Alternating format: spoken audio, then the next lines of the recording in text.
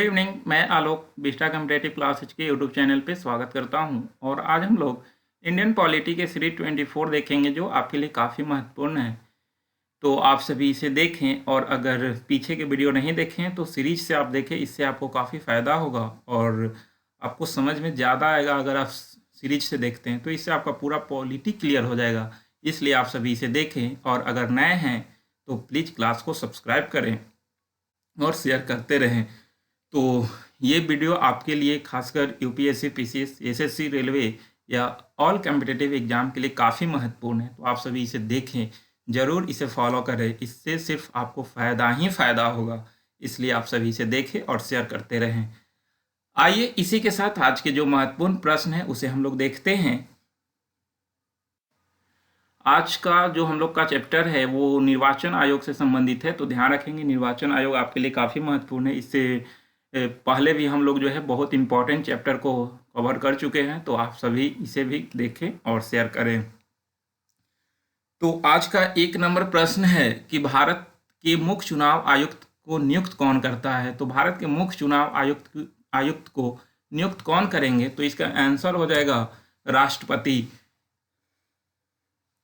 यानी कि भारत के राष्ट्रपति के द्वारा मुख्य चुनाव आयुक्त की नियुक्ति की जाती है। ये ध्यान रखेंगे। भारत में एक मुख्य चुनाव आयुक्त होते हैं और 2 अन्य चुनाव आयुक्त होते हैं। तो इनकी नियुक्ति राष्ट्रपति के द्वारा ही किया जाता है। तो ध्यान रखेंगे, इस जो भी चुनाव आयुक्त होंगे उनको नियुक्त कौन करेंगे। तो भारत के राष्ट्रपति करेंगे। अगला प्रश्न है, कौन से अनुच्छेद में निर्वाचन आयोग का प्रावधान है। तो कौन से अनुच्छेद में निर्वाचन आयोग का प्रावधान किया गया है। तो भारतीय संविधान के आर्टिकल 324 में निर्वाचन आयोग का प्रावधान किया गया है। ये ध्यान रखेंगे। तो इसका आंसर हो जाएगा बी नंबर। अगला प्रश्न है, मुख्य निर्वाचन आयुक्त को पदच्युत किया जा सकता है, यानी कि मुख्य निर्वाचन आयुक्त को कैसे उन्हें पद से हटाया जा सकता है। तो इसका आंसर हो जाएगा उस प्रक्रिया द्वारा जो सर्वोच्च न्यायालय के न्यायाधीश पर लागू होता है। यानी कि मुख्य निर्वाचन आयुक्त को वैसे ही हटाया जाएगा जैसे सर्वोच्च न्यायालय के मुख्य न्यायाधीश को हटाया जाता है। तो हम लोग पीछे देखे थे कि सर्वोच्च न्यायालय के न्यायाधीश को कैसे हटाया जाता है। संसद यानी कि लोकसभा और राज्यसभा पारित करके राष्ट्रपति के पास भेजता है, तो राष्ट्रपति जैसे ही उस पर सिग्नेचर करते हैं तो सर्वोच्च न्यायालय के मुख्य न्यायाधीश जो होते हैं वो पदच्युत होते हैं। तो उसी तरह से मुख्य निर्वाचन आयुक्त को भी पदच्युत किया जा सकता है। तो ध्यान रखेंगे, इसका आंसर सी हो जाएगा। अगला प्रश्न है, भारत के मुख्य निर्वाचन आयुक्त का पदावधि क्या है। तो मुख्य निर्वाचन आयुक्त जो होते हैं उनका पदावधि क्या है, यानी कि कितने समय तक वो अपने पद पर बने रह सकते हैं। तो इसका आंसर हो जाएगा 6 वर्ष या 65 वर्ष की आयु प्राप्त करने तक।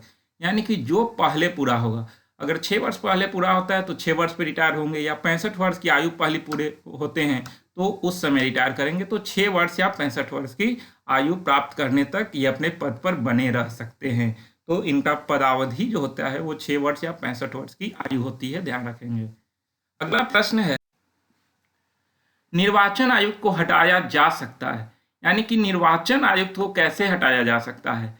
तो निर्वाचन आयुक्त को हटाने के लिए आपका मुख्य निर्वाचन आयुक्त के परामर्श पर राष्ट्रपति द्वारा, यानी कि अभी हम बताएं कि निर्वाचन आयोग में एक मुख्य निर्वाचन आयुक्त होते हैं और 2 अन्य निर्वाचन आयुक्त होते हैं।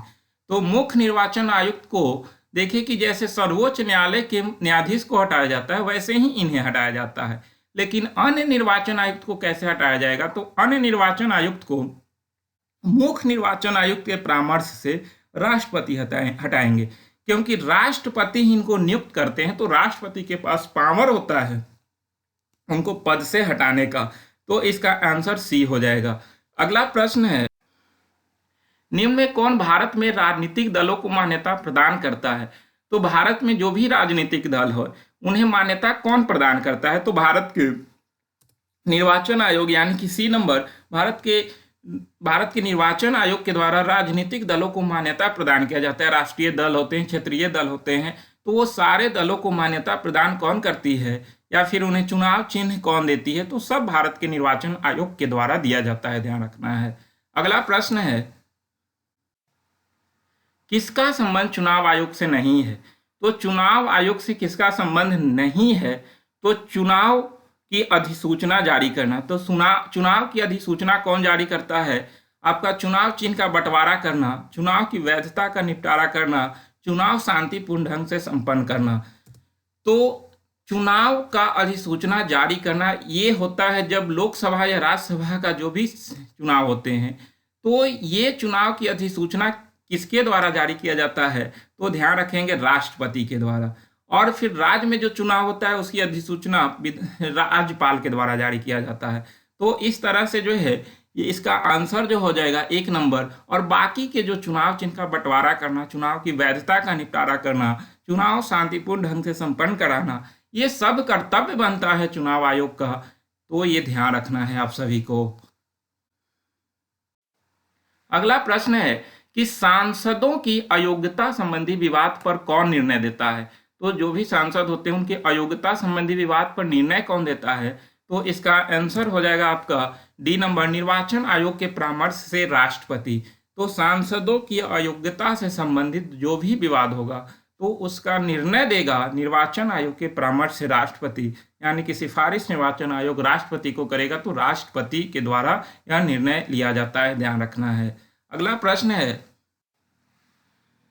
भारत में मत देने का अधिकार है, यानी कि मत देने का अधिकार एक कैसा अधिकार है? क्या यह मौलिक अधिकार है, विधिक अधिकार है, संवैधानिक अधिकार है, या इनमें से कोई नहीं?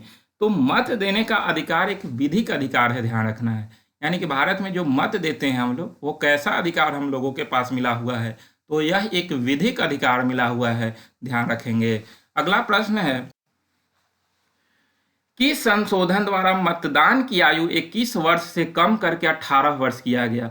यानी कि पहले मतदान की आयु 21 वर्ष था, उसे घटाकर 18 वर्ष कब किया गया?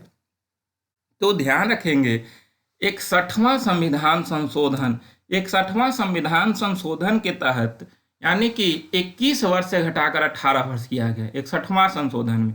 ये हुआ था 1989 में, अमेंडमेंट हुआ था संविधान में, और इसी अमेंडमेंट के तहत 21 वर्ष से घटाकर 18 वर्ष जो है वो कर दिया गया मत देने का अधिकार को। तो ध्यान रखेंगे इसका आंसर बी नंबर हो जाएगा। अगला प्रश्न है, किस अनुच्छेद में वयस्क मताधिकार को मान्यता दिया गया है? यानी कि वयस्क मताधिकार मतलब कह सकते हैं कि जिसका 18 वर्ष उम्र हो चुका है वो मत दे सकते हैं, वोट कर सकते हैं। तो इसका जिक्र संविधान के कौन से अनुच्छेद में किया गया है? तो इसका उल्लेख आर्टिकल 326 में किया गया है, ध्यान रखेंगे। यानी कि आर्टिकल 326 के तहत वोट देने का अधिकार है, मत देने का अधिकार है, वयस्क मताधिकार के आधार पर हम मत दे सकते हैं आर्टिकल 326 के अनुसार, ध्यान रखना है। अगला प्रश्न है, भारत के प्रथम चुनाव आयुक्त कौन थे? तो भारत के प्रथम चुनाव आयुक्त कौन थे? तो इसका आंसर हो जाएगा सुकुमार सेन। पहले चुनाव आयुक्त सुकुमार सेन थे। वही पहली महिला मुख्य चुनाव आयुक्त कौन थी? तो वीएस रमा देवी। बीएस रमा देवी प्रथम महिला मुख्य चुनाव आयुक्त थी, ध्यान रखना है। तो प्रथम देगा तो सुकुमार सेन, और अगर प्रथम महिला देगा तो फिर बीएस रमा देवी आंसर हो जाएगा। तो इसका आंसर 1 नंबर। अगला प्रश्न है, भारत के चुनाव आयोग द्वारा संपादित नहीं होता है, यानी कि भारत के चुनाव आयोग द्वारा कौन संपादित नहीं होगा?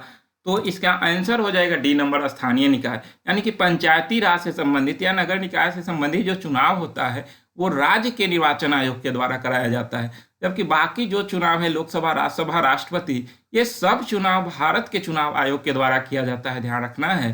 तो स्थानीय निकाय राज्य के चुनाव आयोग के द्वारा संपादित किया जाता है, बाकी सब जो है वो भारत के चुनाव आयोग के द्वारा संपादित किया जाता है। तो इसका आंसर डी नंबर होगा। अगला प्रश्न है, राष्ट्रीय मतदाता दिवस कब मनाई जाती है? तो हर वर्ष राष्ट्रीय मतदाता दिवस कब मनाई जाती है? तो इसका आंसर हो जाएगा आपका बी नंबर, 25 जनवरी को हर वर्ष मतदाता दिवस मनाया जाता है। राष्ट्रीय मतदाता दिवस हर वर्ष 25 जनवरी को मनाई जाती है, ध्यान रखेंगे। अगला प्रश्न है, किस संशोधन द्वारा मतदान की आयु 21 वर्ष से कम करके 18 वर्ष किया गया? यानी कि पहले मतदान की आयु 21 वर्ष था, उसे घटाकर 18 वर्ष कब किया गया? तो ध्यान रखेंगे 61वां संविधान संशोधन, 61वां संविधान संशोधन के तहत, यानी कि 21 वर्ष से घटाकर 18 वर्ष किया गया 61वां संशोधन में। ये हुआ था 1989 में, अमेंडमेंट हुआ था संविधान में, और इसी अमेंडमेंट के तहत 21 वर्ष से घटाकर 18 वर्ष जो है वो कर दिया गया मत देने का अधिकार को। तो ध्यान रखेंगे, इसका आंसर बी नंबर हो जाएगा। अगला प्रश्न है,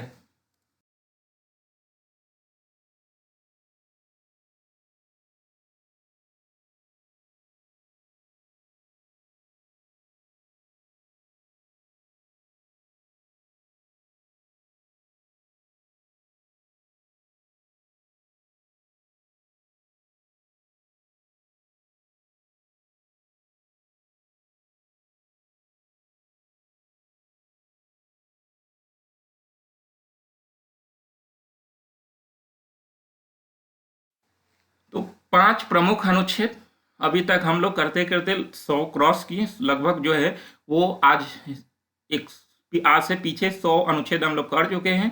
तो उम्मीद करता हूं कि आप सभी जो है डेली देखे होंगे, तो आपका पूरा अनुच्छेद क्लियर हो गया होगा, और एग्जाम में बैठेंगे तो आपका एक भी अनुच्छेद से संबंधित प्रश्न नहीं छूटेंगे। तो बिल्कुल आप ऐसे ही थोड़ा थोड़ा करके जो है वो अपने अनुच्छेद को क्लियर करें, या फिर पॉलिटी के पूरे चैप्टर को रिकॉल करें इस वीडियो के माध्यम से।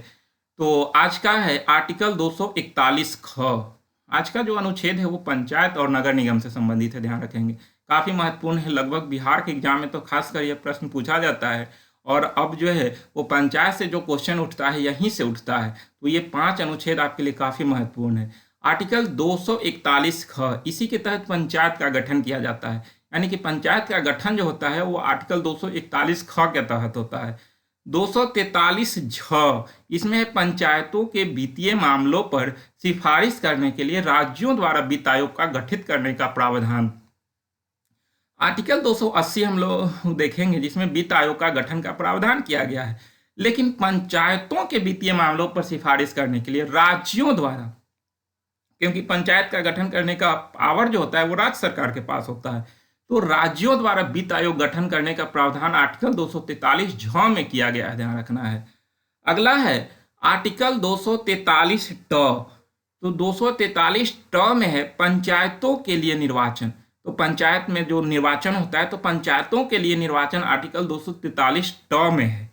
और आर्टिकल 243 थ, नगर पालिका का गठन। नगर पालिका का गठन है आर्टिकल 243 थ।